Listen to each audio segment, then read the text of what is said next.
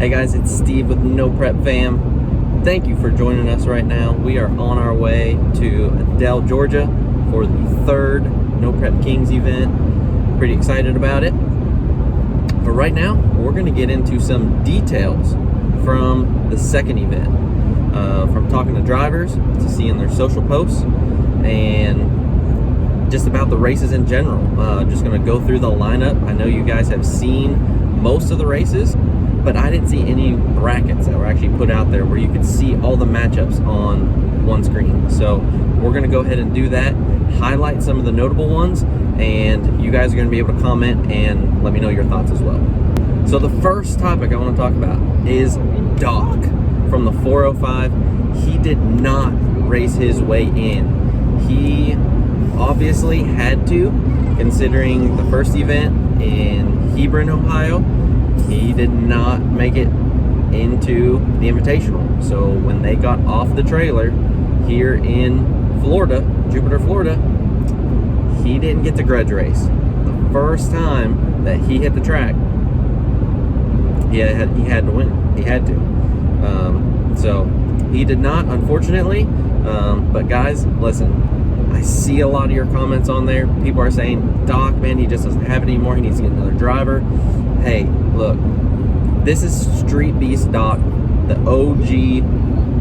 He is one of the originals, guys. He's going to figure it out, okay? That's a brand new car for him. Just give him some time. He's going to do good. You guys watch. The second topic we want to talk about is Chuck Seitzinger.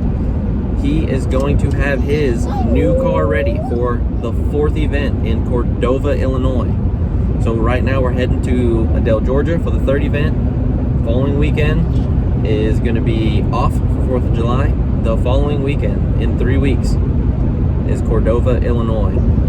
Chuck said that he will have his Mustang, his twin turbo 481X, the same engine that came out of Ryan Martin's Season 3 championship out of the Fireball Camaro, is going into a Mustang. That's right, another Mustang. That's awesome. I love those.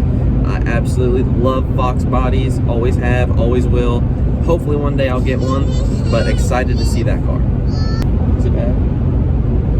What happened? Huh? You said hopefully one day you'll get one, and I just said. Next, Kamikaze.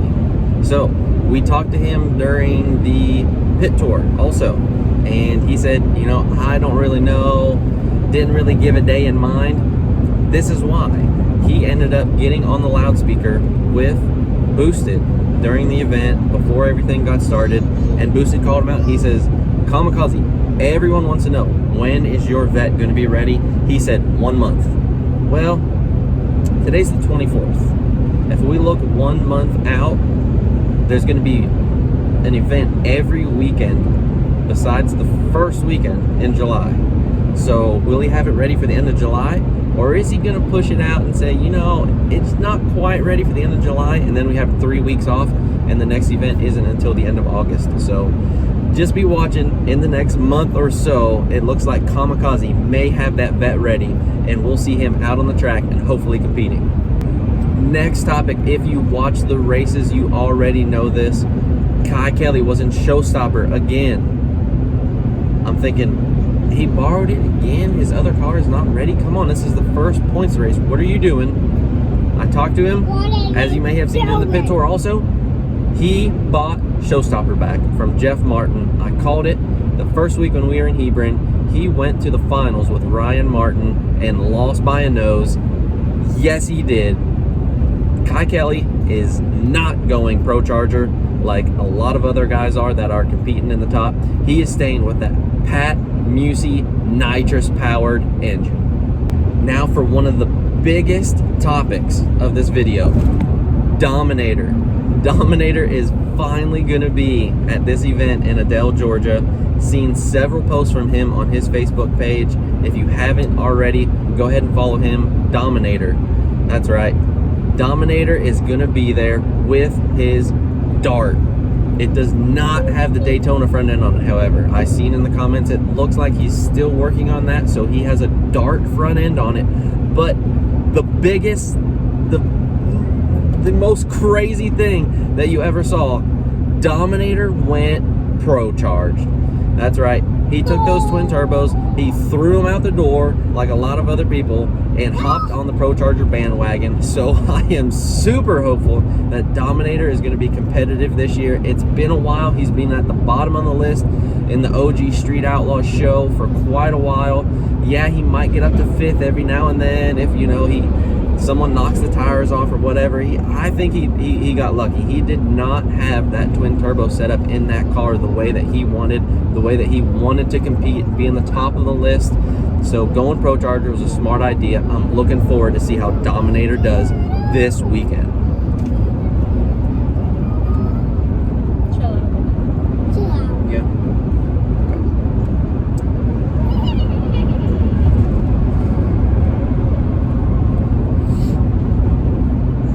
Okay, now we're going to get to some of the comments that you guys left.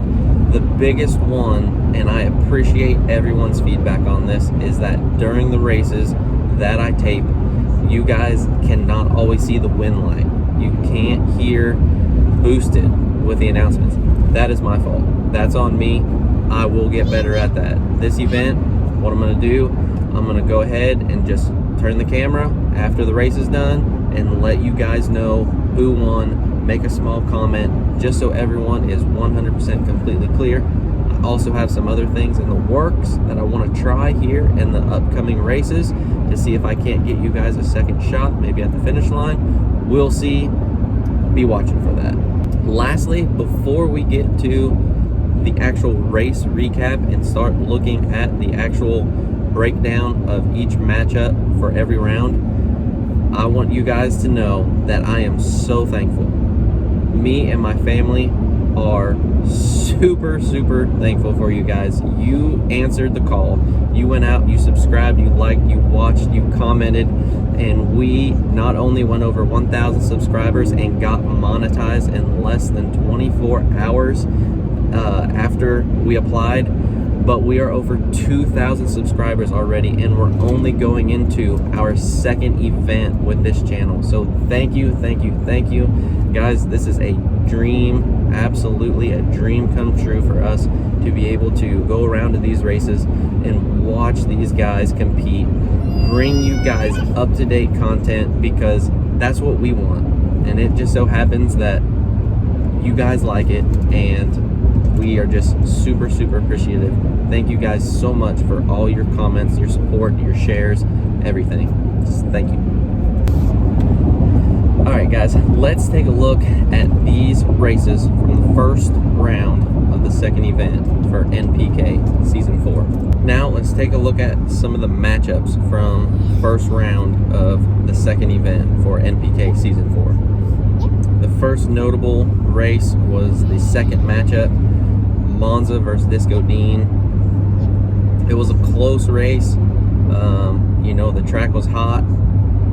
I think Youngblood was a little bit conservative, and you know, he rolled the dice, and unfortunately it didn't work out for them. You know, Disco Dean is tough. He's a competitor. He's not a slouch. You can't go up there and just go A to B. Unfortunately, Disco Dean got that matchup right that time. Second matchup I want to highlight was the sixth race. Daddy Dave versus Tropical Thunder.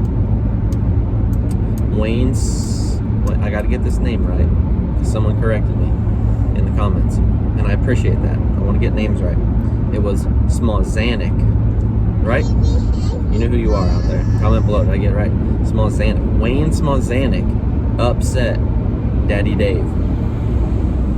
Now, Wayne apparently is a local guy. This is one of his local tracks, so that was a huge win for them. That was really cool to see. He was very competitive in Hebron. See, I got that right too now. I got corrected by a local. It's Hebron. Oh man, the phone almost went down again. But that was cool for Wayne, not so much for Daddy Dave. The thing is that, you know, Dave just knocked the tires off. It was a hot track, and, you know, whether he was out of the groove or what the deal was, it didn't work out for Daddy Dave. But he did come back and win Outlaw Big Tire. So he got it lined out, obviously, So that's good to see, and we're looking forward to this next event to see Daddy Dave work his way up and get some points.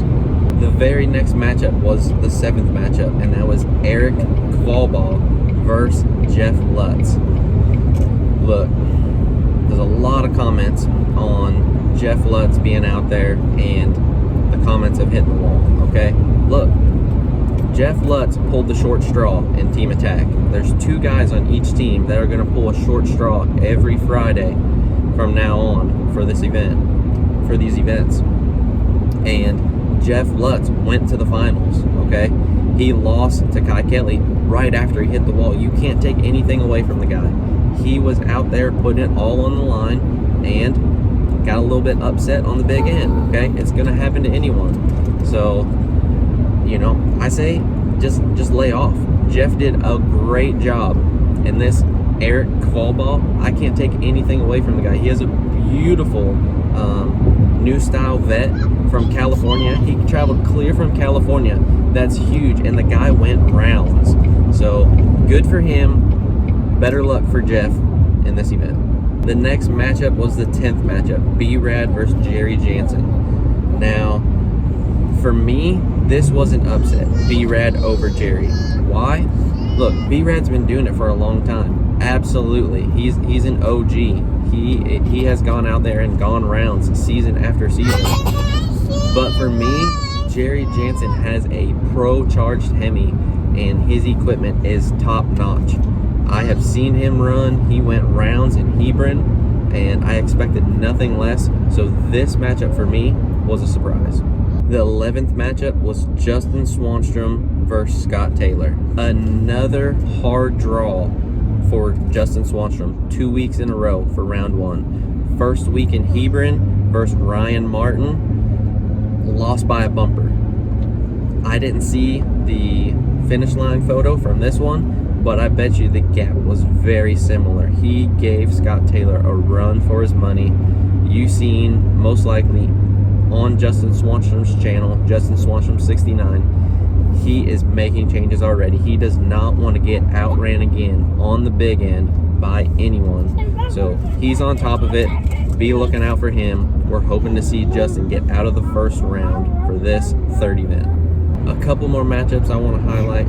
Larry Larson versus Chuck Seisinger. This was actually a rematch from first round in Hebron where Chuck beat Larry Larson. It was an upset. I believe, if I'm not mistaken, Larry Larson ended up smoking the tires a little bit or had to get out of it about half track, and Chuck came around him. So this was a little bit of a revenge for Larry Larson, but we need to highlight that Chuck is itching for his new car. He does not need to fall behind in the points anymore. Somehow, some way, he needs to find a way to go a couple rounds here in Adel. The last matchup I want to highlight for round 1 was Tony McKinney versus Jerry Bird.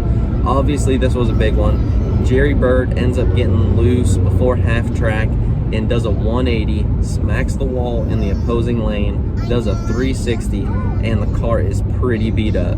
So we're going to be looking for Jerry Bird this weekend to see, is he going to come out with another car? Is he going to take a week or 2 off or even more to get this pro fixed? You know, it's just all up in the air. I haven't seen anything. If anyone has heard something, please comment below. On to the second round. Notable matchups was the second matchup of the second round. Birdman versus Scott Taylor. Birdman took this one. In my opinion, that was an upset. Scott Taylor has had Tracto on rails for quite a while. I think he just missed the tune-up a little bit. Birdman got him on this one. Next notable race was the third race, Murder Nova versus Eric Kvalball. This vet has been making passes 2 events in a row, and look, Murder Nova got out of the groove a little bit. He got loose, hazed the tire, whatever it was. In my opinion, Murder Nova got upset in this one. The 6th matchup of round 2 was Ryan Martin versus Mike Murillo. Obviously, this was Season 2 NPK champion versus Season 3 NPK champion. It was a really, really good race. Ryan Martin comes out on top, continues to show that the Pro Charged Hemi is the setup that you want this year. The 4th and final notable matchup was Disco Dean versus Lizzie Musey. Apparently, there was a little bit of social media drama between Disco and Lizzie leading up to this race. Not sure the details of that, but there was a pre-staging duel. If you watch the race that I posted, if you didn't notice it, go ahead back and look at the time that it takes for them to get into pre-stage compared to others. Yes, they didn't actually get into the first bulb and actually be a legit staging duel, but you could tell there was some tension there. They both made one heck of a pass, and apparently Disco Dean ended up breaking his rear end on the top end. So was that the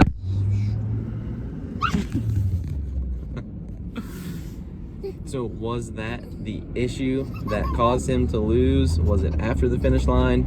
We don't really know right now. All in all, that was a very, very notable matchup, and we'll be looking for those two to get lined up again this weekend at Adel. Okay, two notable matchups for round 3. First one being Birdman versus Robin Roberts.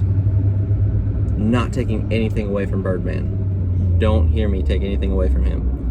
But this was an upset for me. Robin Roberts has top of the line equipment and has the attention to detail. Obviously, Birdman is fast.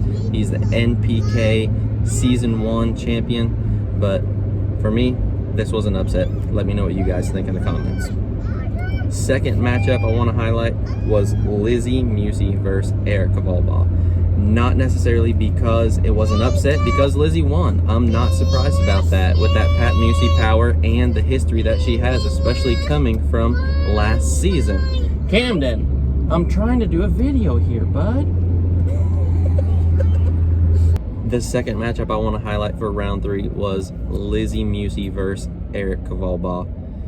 Not surprised by the outcome necessarily, but what I do want to point out is that Eric Cavalbaugh is already in round 3 of just the second event for NPK Season 4. So watch out for that orange vet. He's going to be going rounds. Okay, guys, last couple highlights here. Obviously, the semifinals, Kai Kelly versus Lizzie Musey. Obviously, that was a matchup that everyone in the crowd wanted to see. Kai ends up edging out Lizzie. There were some funny comments there at the end that Boosted was saying, "Hey, look, Kai, you beat her. You're going to be sleeping on the couch, right? You're in the doghouse." And Kai gets on the speaker and he goes, "You know, actually, me and Lizzie worked out a deal." He says, "If I beat you, I'll clean out the goat pen." I'll clean out the goat pen. Yeah, so that was pretty funny.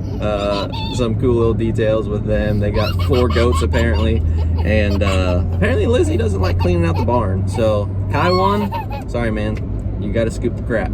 The second matchup in the semifinals, Ryan Martin versus Birdman. Hey, Season 1 NPK champion versus Season 3 NPK champion. Cool matchup right there. Obviously, they both were swinging for the fences right there. They wanted to get into the finals, and man, they did not disappoint. It was a good race. Ryan Martin, Pro Charge Hemi for the win. Lastly, Kai Kelly versus Ryan Martin. Man, we all seen this coming. Jeff Lutz actually, in the second or third round, I believe, he had an interview with Boosted there on the starting line, and Boosted said, "Hey, who's going to be in the finals?" He called it right then. It was Ryan versus Kai. They are the top cars to beat right now in the field. So we'll see coming up, Adel, Georgia, race number 3. Will we see a repeat again? Will Ryan Martin win for the 3rd time in a row? Will he pull a Lizzie Musey and win 3 events in a row in an NPK season? Or will Kai Kelly step it up in Showstopper and upset Ryan? Guys, look, this is our first episode of Dashboard Details. I don't know what else to call it. Look, my phone is here sitting on the dashboard. We're kicking around names here. We don't know what to call it. Look, this is us, right? This is No Prep Fam. We're here in the truck traveling to Adel, Georgia. We have struggles, clearly. We don't have everything figured out, but this is us. It's raw. It's not beautiful. We have stuff everywhere. Look, check this out, guys. I have no shame. Look, we got some money here for tolls. There's some candy here for the boys. We have our fast food drinks, some snacks. The boys are watching Ice Age right now. Like, look, this is No Prep Fam. I appreciate you guys watching. Let me know what you guys think about this. And if there were any other matchups that I didn't highlight, go ahead and comment below. Let's talk about them. And we are super pumped for Adel, Georgia. So you guys be watching out for those videos. We'll see how the signal is. Hopefully we can get things set up. Lastly, these images that I had up of the brackets, it's something that I want to continue to do, and I'd like to get up during the race, specifically for the reason that the cell service stinks at these events. It's hard to get videos uploaded immediately. So what I'd like to do is at least be able to upload that text file on a post on YouTube for you guys. But right now YouTube is kind of giving me some fits. I should already have a community tab on my page after being monetized, and I don't see it yet. So I have a message request into them right now to get that figured out. Hopefully by tomorrow or Saturday we'll have that figured out and be able to get these round one or all these round matchups out to you guys as soon as they happen, if we can't get the videos of the races right up. So again, thank you guys for your comments. Thank you guys for your feedback. It's appreciated. I'm gonna try to get better, and we can't thank you guys enough for your support. Thank you. We'll see you guys in Georgia.